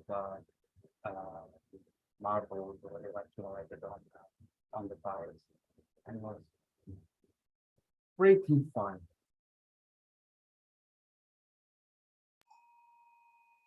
Awesome. All right, well, we still got a few more minutes left, and Nate put his hand up. What would you like to share today, Nate? Oh, you unput your hand up. Yeah, well, I had a couple questions. Does anybody know anyone in Northeast Wisconsin that has that does, it has a track or anything? That I'm like really missing racing. I completely tore apart my old track, and I gutted all the digital parts out. And so that was one question, but What's really the what nearest big city? Yeah, what's the nearest big city? Green Bay. Okay. Have you already searched around the various forums for people posting No, tracks? is there like a forum, a good like slot forum, or what would you? Oh yeah, there's a good half a dozen slot car forums, slotforum.com, There's slot car illustrated. like Most a of them thread for that or topic. Most of them have some kind of either a sub forum where people can say, "Here's my track, come race with me," or they list clubs or establishments, or I think Slot Forum has a link to a world map where people drop pins and stuff like that. Yeah. Or just find one of the really, really big Facebook groups like Slot Car Tracks Around the World or Boone Slot Car Garage, and just say, "Hey, anybody in my area?" Okay. Usually you get somebody. Yeah. So I was trying to figure out. I put mention you have beer as well. That'll get them in. Yeah, mention beer. So there you go. So I fixed one of the issues with the sensors where the like the lap count on the Magic software, you have to put on a pit, you'd have to add a lap to it. So I put the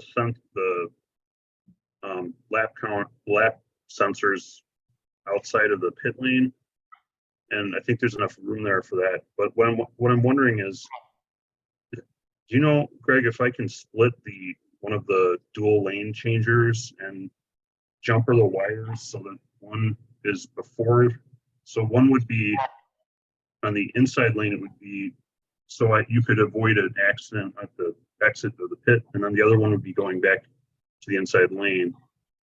So I was thinking if I carefully cut those boards like that gentleman Australian did, he's got that thread on how he did it. If you're comfortable with doing it, I have not yet seen that done, but I can't think of any technical reason that shouldn't be possible.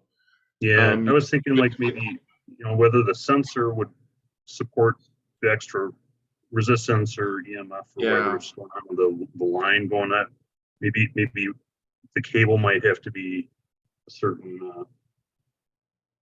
type of wire. I don't know, just to or not longer than a certain length, because otherwise it's too much resistance or something. Yeah, it's just that experiment. But that might be why I've not seen it done. Or people just say, you know what, I'll just use single curve lane changer electronics or pit lane electronics or something like that. Yeah, I have not seen. But that's kind of the part that I'm most apprehensive around is cutting. I widened the spacing on the digital sensor and that worked, but the analog one, somehow it worked one time. I was testing it and it counted one lap. I was just running the car over it, and then all of a sudden nothing. And I had no clue as to what happened with that thing. So yeah, I don't really use analog with the Scalextric digital much, but it just kind of bugged me that it stopped working. But I don't really want to buy a whole new power base just to fix that. But yeah, I mean, I'm not electronics enough to help you specifically, so I would suggest posting on Slot Forum and asking for help from Rico Rocket, or I could put you in touch with Dr. C, who's usually very helpful, but pretty much gotta do email from to go to talk to him.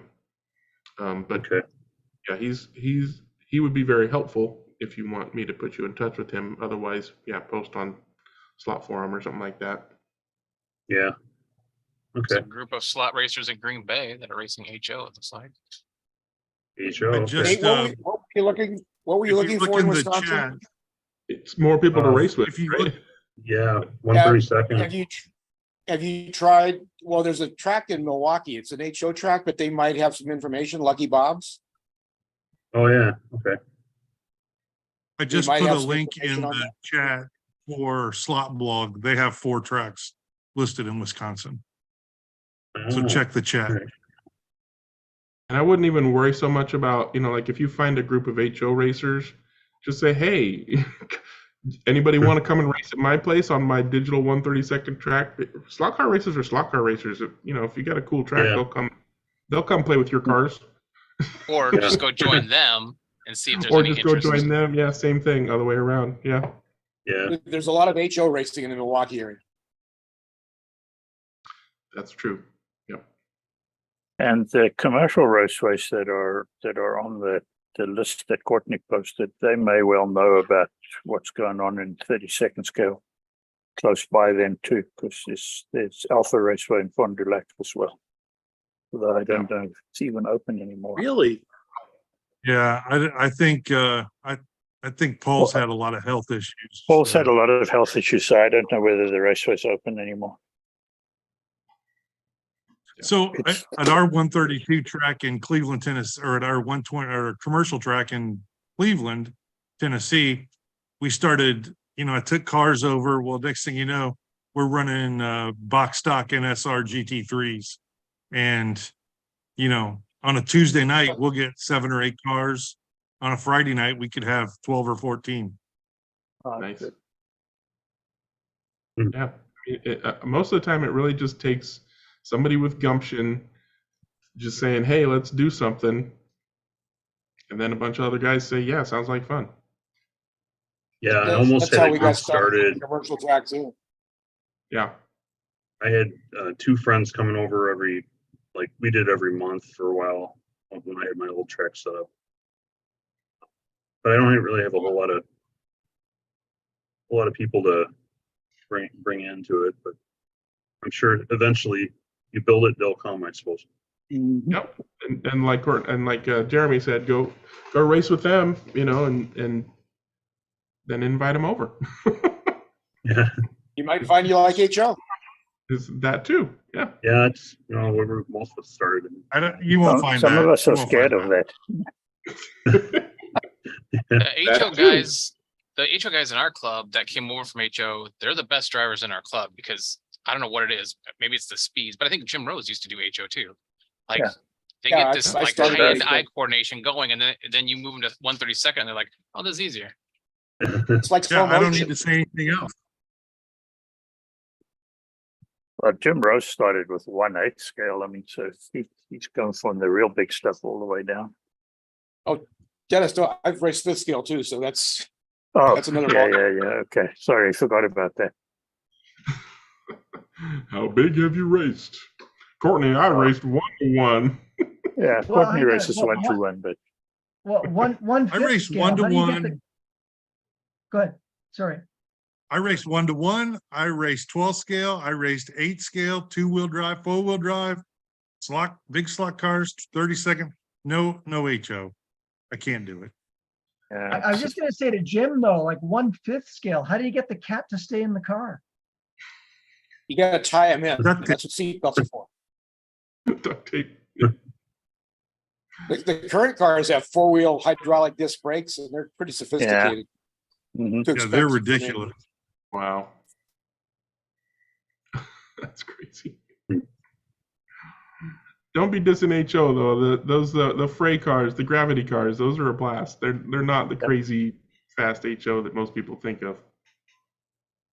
And the Wisconsin guys race everything from the fastest HO car you can think of to the freight cars, which are actually the slowest, but they're very competitive. So they're all over the place in the classes they have. So, Yeah, back when I was a kid, I had an Aurora. I think it was like a split window Corvette or something. It was a really fun car, and it had this pancake motor, and I prefer to race that or those cars over the magnet, the really fast ones. yeah, there's a lot of that racing. Do you know about the slot car house in Green Bay? No. Oh wait, I saw. Yeah, I think is that the guy that has everything yellow? Yeah, his house is Yeah. shaped like a slot car track. He passed away a few years ago, but it's the track. The house is like, if you're a slot car guy, the house is like unbelievable. It's like a mecca. Yeah, exactly. He shaped his Yeah, I think house there like was an a- angel tubby track. There was a local news piece on it. Yeah, I saw that on TV, and I met him once when I was in Wisconsin racing. Yeah. All right, looks like we're winding down. Does anybody else have anything they want to squeeze in the last 2 minutes? All right, I'm going to go ahead and hit Question if you got time. Sure, go ahead. I'm looking to add some timing to my track. Up until now, I've been using a webcam with an older version of Ultimate Racer 3.0 that I had. Works fine. Actually allowed me to do fueling and everything, but I went to fire it up the other day and things are wonky and I just don't feel like screwing with it. So any recommendations as far as say TrackMate software or hardware, or is there a better alternative? Arduino. You got a budget? Just do an Arduino. Yeah. And I mean, Okay, you can do the whole kit yourself for about $40 tops. Like as long as you have some wire. Okay. But if you reach out to me, I'll tell you how to do that. Of course, you can go buy the actual like Viasu kit or the what's the other one, TrackMate, stuff like that. But they're so expensive. I would just build your own. I think the TrackMate run runs of what, about 165 or something like that for 2-lane. It's like it's 175, or was it? Okay. Yeah, something like that. The nice part about that is, of course, that it's a complete, ready-to-go system. You don't have to mess with it.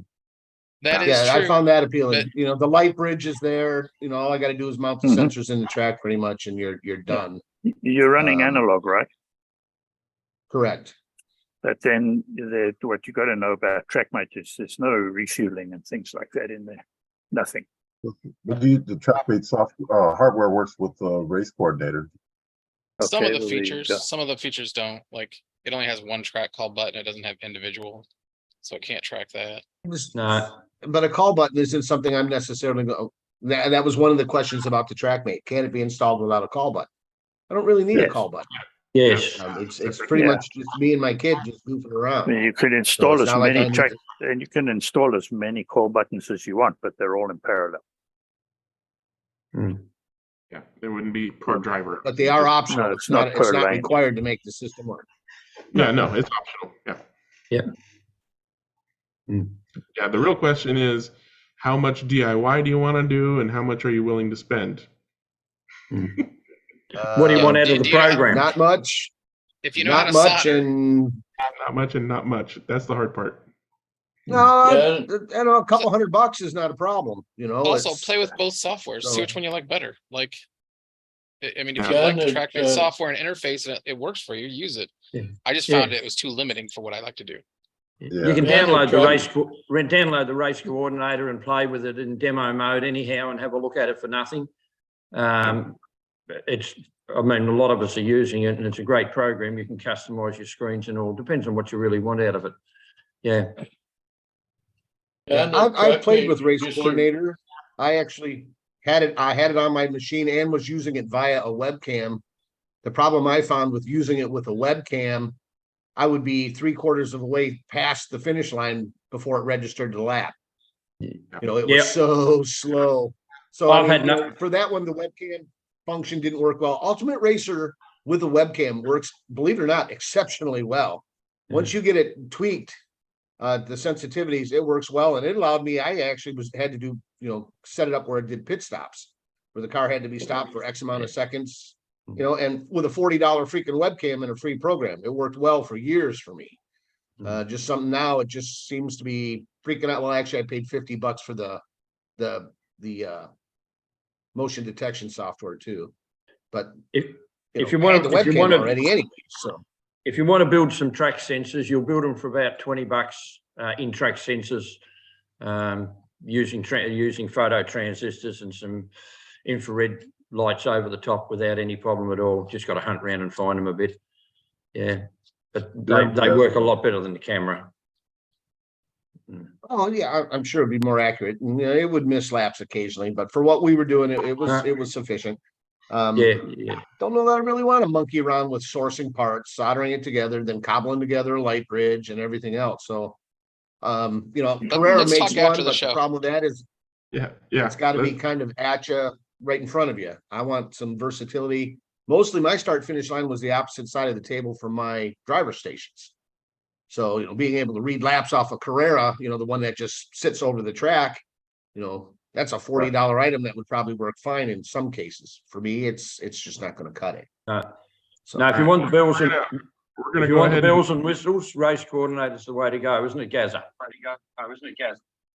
I just need something We're basic. gonna You keep know, I don't talking need bells about and whistles. this. All right, I'm gonna hit mute all here. We're gonna keep talking about this after the show, but right now I'm gonna hit the end stream button and we're gonna end the stream and everybody wave bye. We'll see you next